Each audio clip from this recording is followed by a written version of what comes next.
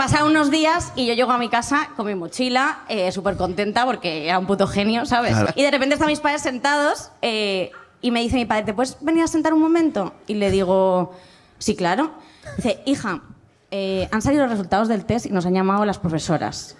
Hija, ¿me estás escuchando bien lo que te voy a decir? Te lo dibujo si quieres. Y estas fueron las palabras de mi padre. Hija, que nos han dicho que eres imbécil.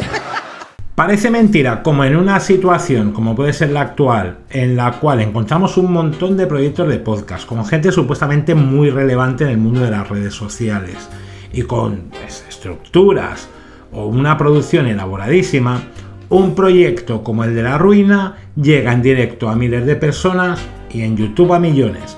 Hoy vamos a ver y analizar el éxito del podcast de Tomás Fuentes e Ignasi Taltabull, La Ruina.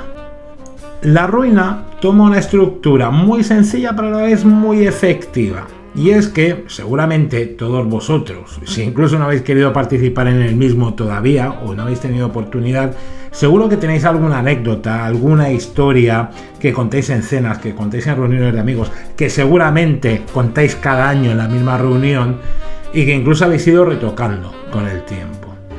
El éxito que ha llevado precisamente a cientos de miles cada programa, normalmente no bajan nunca de 100.000 o casi nunca, incluso si tienen invitados más mediáticos se van a 200-300.000 visitas, o como por ejemplo, sin ir más lejos, aquí en Mallorca llenaron el último Fest Jaja 2 pases de 1.400 personas en directo, que es una barbaridad. Como precisamente esta estructura muy sencilla y muy cercana alcanza un tanto lo que podría parecer imposible. Semilla en un entorno favorable. El proyecto se inició, al menos aparentemente, no con mucha intención. Unía a dos guionistas con una trayectoria bastante importante ya en los programas, sobre todo de radio y de televisión en Cataluña, Tomás Fuentes e Ignasi Taltabull. Tomás Fuentes igual incluso indirectamente has visto muchos monólogos suyos, no interpretados por él sino por Andreu Buenafuente. Tomás Fuentes era guionista del Terrat durante bastantes años, desde el inicio de La Sexta, e incluso tal vez si has empezado a hacer stand-up y dices, mira, me voy a comprar el libro de Buenafuente de los monólogos de la temporada de televisión. Bien, pues buena parte de estos monólogos precisamente venían firmados por Tomás. Ignasi no tenía tanta experiencia creando, por ejemplo, monólogos, pero sí ha sido un guionista bastante importante en muchos proyectos de otras productoras, aparte del Terrat, como podría ser Minoría Absoluta. De hecho, yo recuerdo una primera intervención suya que suena bastante raro en lo que ahora es el Chiringuito, lo que era Punto Pelota.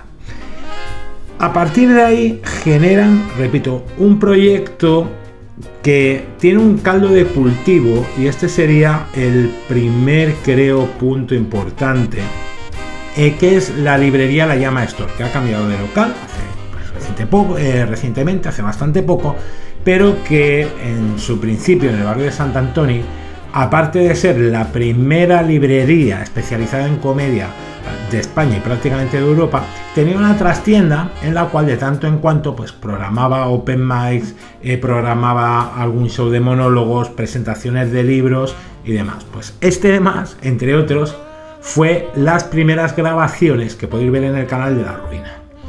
Aquí está el primer punto. Tú le das un proyecto cierta cantidad de tiempo en un entorno creo que bastante humilde, pequeño, grabado con unos amigos, porque en realidad La Llama pertenece, entre otros, ¿no?, ya que es un matrimonio, a Quique Pérez, uno de los miembros del Mundo Today, pero generaba un entorno que iba muy a favor, que seguramente estos primeros shows estaban Tomás e Ignasi, contaban, lo podéis buscar muy fácilmente, pues cómicos de la escena, vamos a decir, más o menos alternativa de Barcelona, pues que iban ahí encantados, y el propio público muchas veces pues eran, pues eso, cómicos que igual eran más amateurs, participaban en open mics, participaban en los cursos de stand-up que incluso ha organizado la propia Llama, eran clientes de la tienda. Entonces generaron ahí un caldo de cultivo para estas primeras temporadas o grabaciones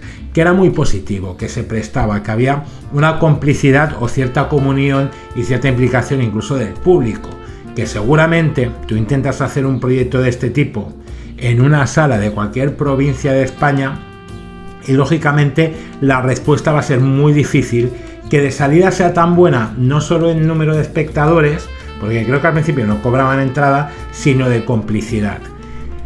Lo que generaba esto es que estos primeros programas que íbamos presenciando, pues enganchaba mucho, porque de repente veíamos una gente ahí súper a tope, muy metida, risas desde el primer momento, historias muy bien contadas por el propio público muchas veces, y sobre todo unos remates y una interacción muy buena, ya no solo de los invitados, que un día podían ser mejores o peores, sino de los dos propios protagonistas, de Tomás y de Ignasi. Y esto creo que sería otra de las claves.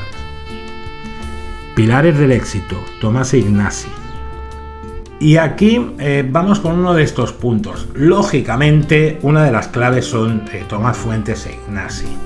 Y yo creo que aparte de una química, lógicamente que es innegable, porque son amigos, porque han trabajado mucho juntos, porque seguramente habrán estado en muchos proyectos, porque conocen la forma de ser y de generar chistes o gags. Me he trabado porque no quería decir chistes, generar gags el uno del otro. Hay un elemento que creo que es muy importante y lo tenía en los puntos que quiero revisar. Y es que los dos son muy buenos y tienen mucha experiencia generando gags, generando chistes, ahora sí lo voy a decir rápido y de manera muy rápida. Ellos han trabajado en programas diarios, tipo El Está Passant, han trabajado en RAC1, en Barcelona, en el cual pues tenían programas diarios en el que tenían que escribir un montón de chistes, o incluso durante el propio programa, a partir de las noticias que llegaban o de las cosas que pasaban, tenían que tirar chistes, apuntarlos en un papel y por el cristal enseñárselos al locutor o al presentador, como lo queréis llamar.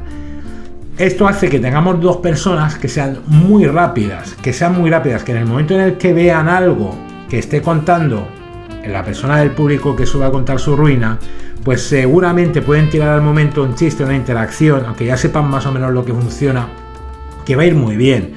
Y que en este caso, por experiencia y por habilidad, incluso cuando el proyecto era nuevo, es gente que creo que es muy difícil de superar. Yo creo que esto sería el primer punto. Por supuesto habría otros, como por ejemplo la participación del público.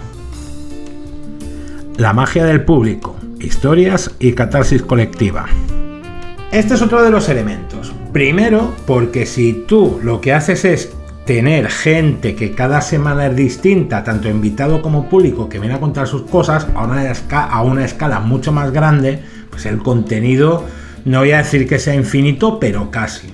Están sacando años, incluso 2 programas por semana, de hora a hora y media, en la cual siempre hay historias nuevas, siempre hay contenido que suena diferente y demás. Esto en primer lugar. Segundo, lógicamente, es, como hemos dicho, una gente del público que al principio estaba con mucha implicación en la comedia o que ahora perfectamente conoce de sobras la dinámica, el tipo de historias, etcétera, y que aproveche y cuenta su historia. Como hemos dicho en la introducción, seguramente las historias del público, algunas son más reales, otras están retocadas porque cada vez que la cuentan, pues oye, aunque no sean guionistas, perfilan, dicen algún elemento que hace gracia, cambian un poco la historia. Algunos seguramente incluso se las inventa. Yo viendo el programa, pues hay algunas historias, algunas anécdotas que son un tanto sospechosas, que incluso pueden recordar a especiales de estándar de cómicos americanos, pero destaca que están muy bien contadas por parte del público, algo que puede sorprender. Repito, yo creo que viene porque precisamente la gente que va a contar sus ruinas cuenta cosas que ya las ha contado 1000 veces, ¿no? y que tiene bastante experiencia. Aparte, se cuenta en un entorno seguro, y esto es una de las teorías de la comedia básicas. El espacio seguro. El conflicto benigno, en algunas traducciones se llama violación benigna, que suena un poco fuerte por el tema de violación, es uno de los conceptos clave a la hora de generar comedia en general. No, yo he estudiado más sobre estándar, pero yo creo que sería general. Es ese problema, esa historia que pone al protagonista en apuros, sea el comediante, sea el monologuista, como lo queráis llamar, o sea la persona del público que va a la ruina, pero que en este caso vemos que ha superado y en la cual pues se encuentra bien y lo está contando, por supuesto, y está superada pues física y mental o psicológicamente. Esto yo creo que es tan fácil como explicar, pues cuando alguien se cae, y yo ahora por ejemplo vivo en un primero y unas escaleras, si alguien tropieza por las escaleras, la diferencia entre el drama, la risa, es ver simplemente si se ha hecho daño o no. Si no se ha hecho daño, pues normalmente se acaba riendo hasta el que ha tropezado, ¿no? Es igual esto lo de tragedia más tiempo, que igual habría que llamarlo tragedia más superación, porque hay tragedias que no duran el mismo tiempo, ¿no? En recuperarse o en superar, ¿vale?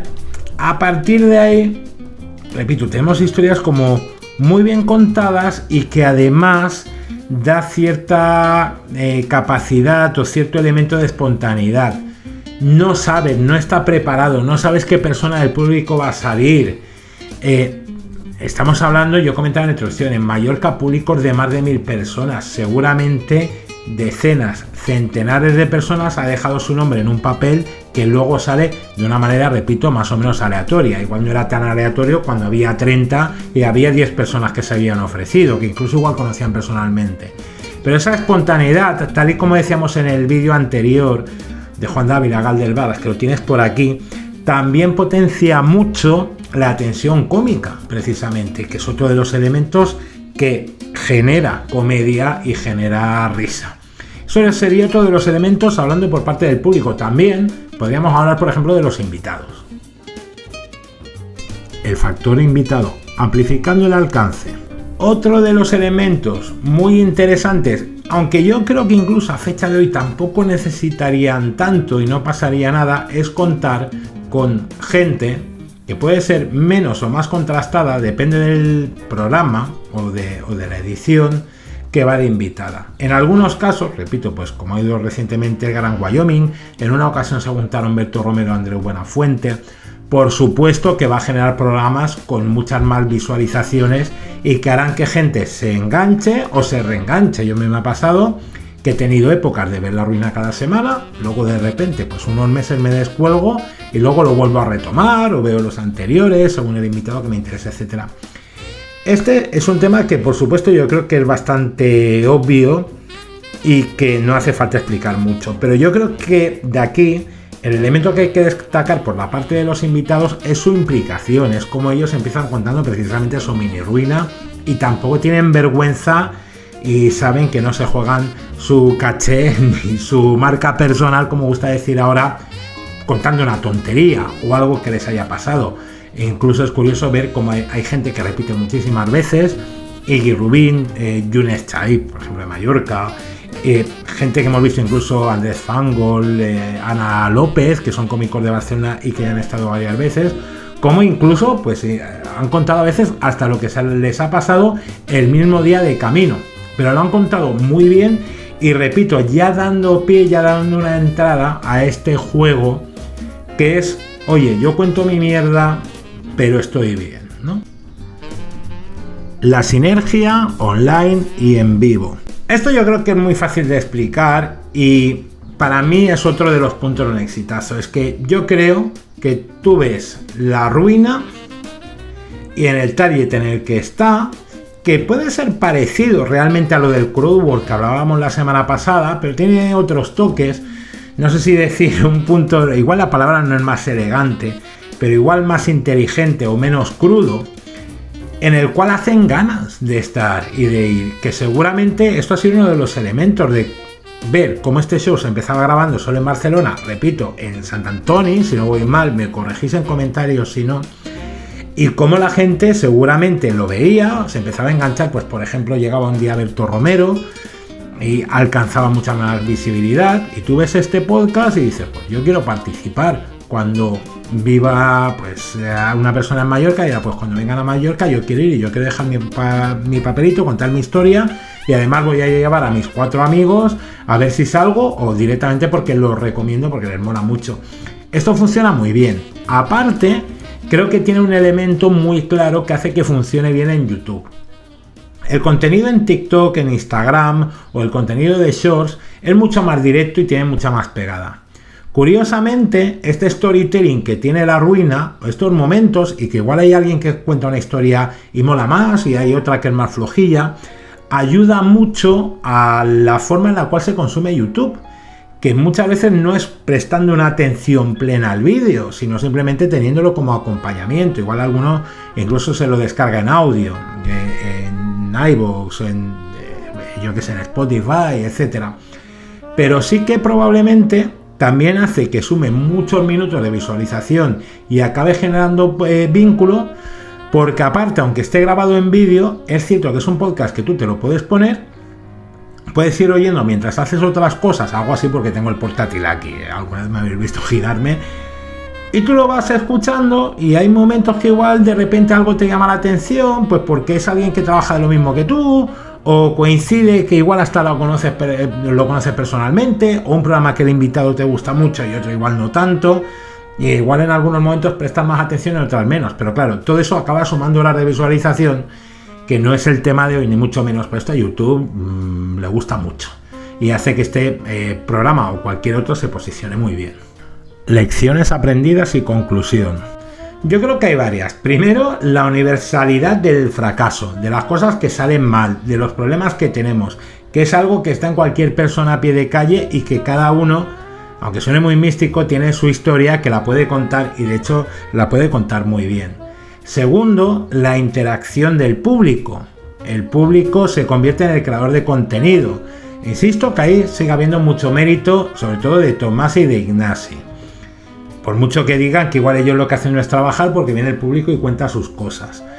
Por supuesto que también hay un componente, en este caso de ambos, que incluso, sobre todo al principio, en aspectos técnicos, ¿no? Porque veíamos como Ignasi, por ejemplo, metía música de transición, tiene muy poca edición, una escenografía muy simple, pero también es muy importante que estas dos personas sepan canalizar el caos de gente del público que igual no tiene una formación en comedia, que igual de repente suben, creen que es una anécdota muy buena y que tiene que durar 20 minutos, y que igual tienen que acelerar o pararse en un detalle interesante, que igual incluso el propio protagonista está pasando por alto porque no, pues porque tampoco, repito, tiene conocimientos como para escribirlo de una manera guionizada perfecta.